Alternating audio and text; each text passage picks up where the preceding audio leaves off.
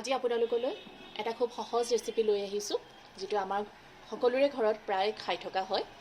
এয়া হৈছে জাতিলাও দি মাছৰ তৰকাৰী। তাৰ কাৰণে মই এটুকুৰা জাতিলাও লৈ লৈছোঁ। বহুত বেছি কোমলীয়াও নহয়, বুঢ়াও নহয়। এমুঠি ধনিয়া, বিলাহী আৰু ইয়াত আছে ৰৌ মাছ। মই ইয়াত প্ৰায় 6 পিচ ৰৌ মাছ লৈছোঁ। লগতো হালধি, নিমখ আছে। এতিয়া ৰেচিপিটোলৈ আগবাঢ়িছোঁ। প্ৰথমে মই জাতিলাওখিনি মিহিকৈ কাটি লওঁ, মাছখিনিও ভাজি লওঁ আৰু আপোনালোকক দেখুৱাই থাকিম।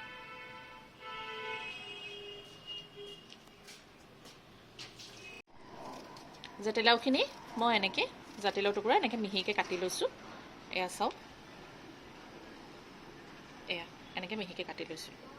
বহুত মিহি নকৰিলেও হ'ব, আমিতো জানোৱেই, চবেই ঘৰত বনায়ে খাওঁ। এনেকুৱা হিচাপতে মই কাটি লৈছোঁ। মাছ মই ভাজি আছোঁ, কিন্তু বেছি কাঢ়াকৈ নাভাজি, কাৰণ তৰকাৰী বনাম যিহেতু ইমান ডিপ ফ্ৰাই কৰা মাছ নালাগে। এনেকৈ মই গোটেই মাছখিনি ভাজি লওঁ। মাছখিনি মই ভাজি ল'লোঁ।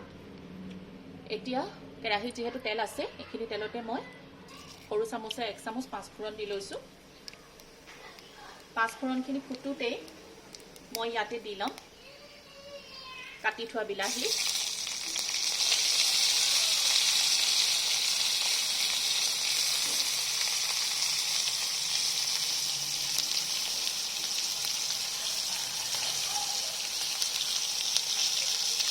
আৰু এটা জলকীয়া এনেকৈ ভাঙি ইয়াতে দি দিছোঁ।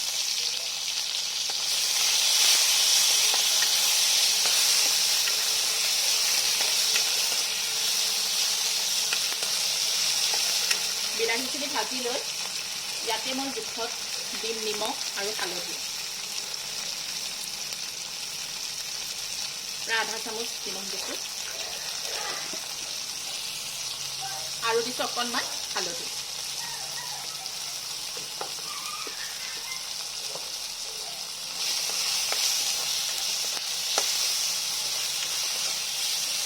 বিলাহীখিনি মই ভাজি ভাঙি নিদিওঁ, এনেকৈয়ে থৈছোঁ।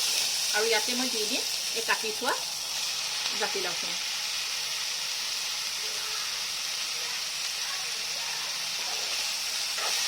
এতিয়া মই এইখিনি ভালকৈ ভাজি ল'ম।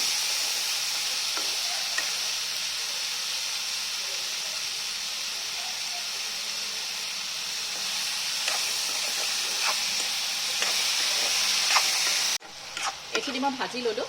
এতিয়া ইয়াৰ ওপৰত মই এখন ঢাকন লগাই দিম আৰু এইখিনি অকণমান সিজিবৰ কাৰণে দিম। এনেকৈ প্ৰায় 2 মিনিটৰ কাৰণে মই সিজিব দিম আৰু গেছটো পূৰা মই হাই ফ্লেমতে ৰাখিছোঁ। প্ৰায় 2 মিনিট পিছত ঢাকনি উঠাই চাম। এয়া চাওক, এইখিনি কি ধুনীয়া ভজা ভজা হৈ গৈছে, পানী ওলাই আহিছে। লাও প্ৰায় সিজিয়ে গ'ল, বিলাহীখিনিও ধুনীয়াকৈ ইয়াত সিজি মিলি গ'ল। এতিয়া মই ইয়াৰ ওপৰত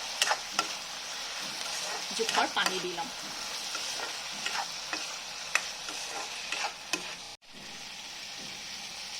এতিয়া তৰকাৰীখনত মই জোখৰ পানী দিছোঁ। মই গৰম পানীয়ে দিছোঁ। আপোনালোকে কুহুমীয়া গৰম পানী বা গৰম পানী দিব, তেতিয়া তৰকাৰীখন খাবলৈ ভাল হয়।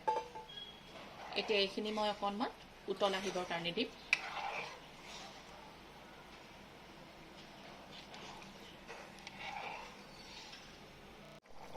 এয়া তৰকাৰীত উতল আহি গৈছে।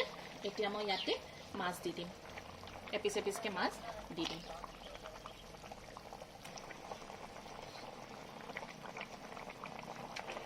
এনেকৈ মই গোটেই মাছখিনি দি লওঁ। মাছখিনি দিয়াৰ পিছত মই তৰকাৰীখিনি প্ৰায় 2-3 মিনিটৰ কাৰণে ভালকৈ উতলিবলৈ দিম। এয়া জাতিলাও দি মাছৰ আঞ্জা ৰেডি হৈ গ'ল। ইয়াৰ ওপৰত মই অকণমান ধনিয়া পাত দি দিম আৰু আপোনালোকক মই ফাইনেল প্লেটিং দেখাম।